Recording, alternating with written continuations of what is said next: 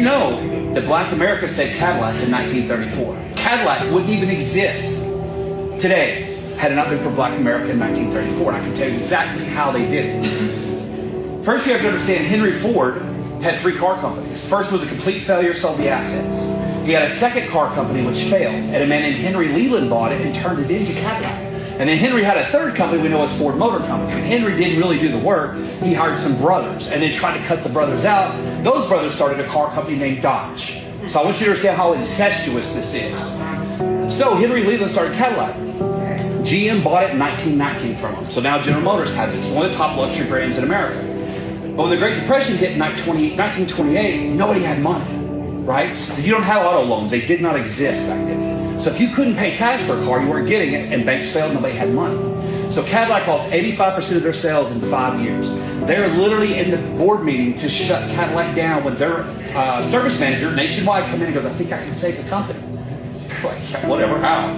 He goes, we don't sell to anybody but white people. And Black Americans in the South will pay white guys $300 cash over and above the price of the car so they can drive them. The elite, the judges, the attorneys, the entertainers will afford it.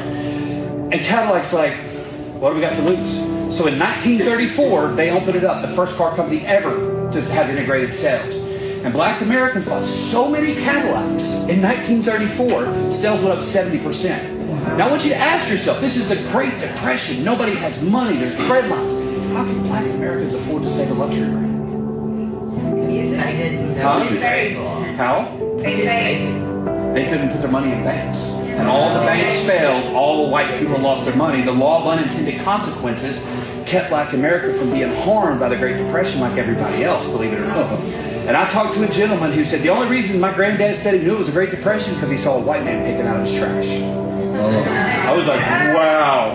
So, in doing this, it turned Cadillac around. Cadillac became the first auto manufacturer to hire Black Americans on the design and style team, not just the factory. So Cadillac became one of the first integrated brands, and a lot of times we have stereotypes about Black America loves Cadillacs. Now you know why. They save the damn car.